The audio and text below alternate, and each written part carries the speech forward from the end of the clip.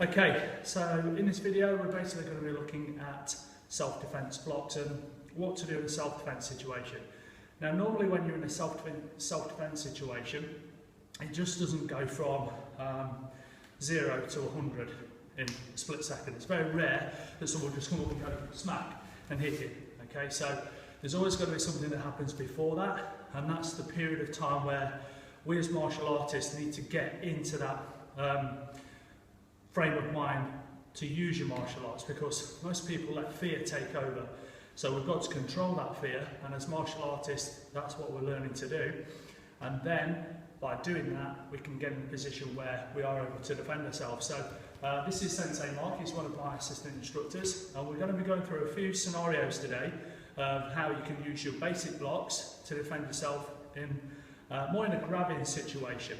Okay, but firstly, before we get into that, if there's going to be an altercation with somebody and the person's going to come up to you, they're going to be kind of aggressive and all this kind of, this is what's going to happen, this kind of gesturing is going to happen, these kind of hands coming out.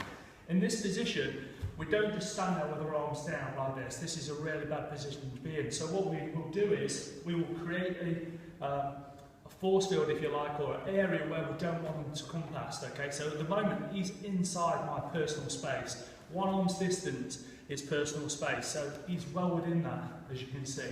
Okay, so I need to create that distance again. So what I'm going to do is step out with my strongest leg, put my arms up. Okay, hands open. And by doing that, I've created the distance in.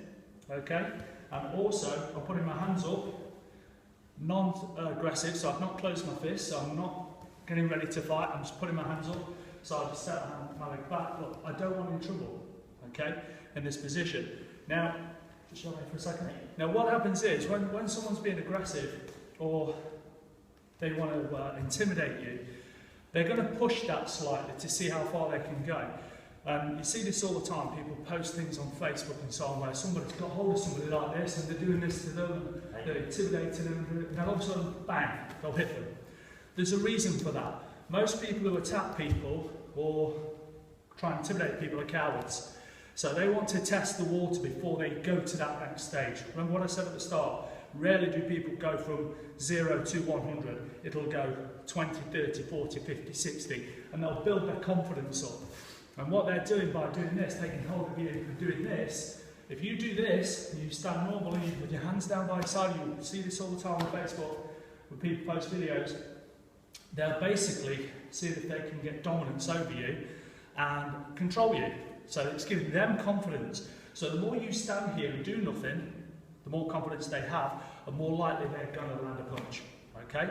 So this is why when someone's being aggressive towards you, look, I don't want any trouble. Okay? So before he had a chance to grab hold of me, take hold of me, I put my hand up, I just step my leg back, so look, I don't want any trouble. Okay?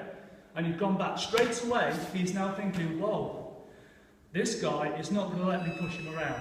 So therefore, we end up in a better situation for ourselves. Okay? So that is the most important thing. So doing all the blocks and the strikes and everything else that we teach you is great, but the main thing is that as soon as any aggression starts, look, I don't want any trouble, just leave me alone. Okay, and straight away, you've created the distance, you've taken the strike off straight away without him being able to strike you or get hold of you, and you're not in a position now where you are having to wrestle or, try and fight him off. Okay, so that is a very important part of self-defense, is making sure that we don't go from being in this position and him grabbing me, and then I've now got to stop wrestling with him and manhandling him. Okay? Whereas if he's a lot bigger than me, as soon as he comes forward, I just don't let him touch me. Oh, my hands are up. Don't want to fight.